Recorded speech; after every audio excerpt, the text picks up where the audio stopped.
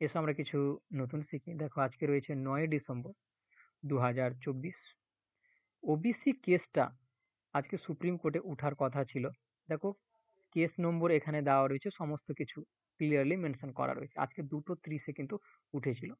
৬০ minute শুনানি হয়। এই শুনানিতে আবার একটা জানুয়ারিতে ৭ জানুয়ারি, সম্ভবত জানুয়ারিতে কোনো একটা ডেট দেওয়া হয়েছে ৯টার মধ্যে পুরোপুরি ক্লিয়ার হয়ে যাওয়া।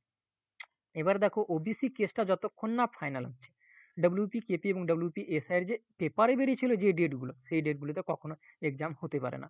কারণ এই যে সংরক্ষণটা রয়েছে সমস্তটাতে ইনক্লুডেড রয়েছে, এবং ২০২২-এর টেটের যে ডিসেম্বরের ডেট দেওয়ার কথা বলেছিল ইন্টারভিউর, সেটাও কিন্তু এখানে ইনক্লুডেড রয়েছে। ঠিক না? তো তারও কিন্তু ডেট আসবে না। তো দেখো জানুয়ারিতে আবার ফাইনাল হবে কি হবে না কোনো গ্যারান্টি নেই। এবার দেখো যদি পরবর্তী কথা বলি কি কবে হতে পারে, তো জানুয়ারি, ফেব্রুয়ারি, মার্চ, এপ্রিল যেতে পারে। কবে হবে কোনো গ্যারান্টি না। কারণ দেখো একের পর এক ডেট দিয়েই যাচ্ছে কিন্তু। পর ডেট এসেই যাচ্ছে। দেখো ৭ জানুয়ারি আবার কোনো একটা ডেট দিবে, আবার দেবে, এরকম করে চলতেই থাকবে। তা আমার বলার একটাই বক্তব্য, তোমরা যদি প্রিপারেশন করছো ভালো করে তো করো, বাট এতে কোনো ম্যাটার নেই।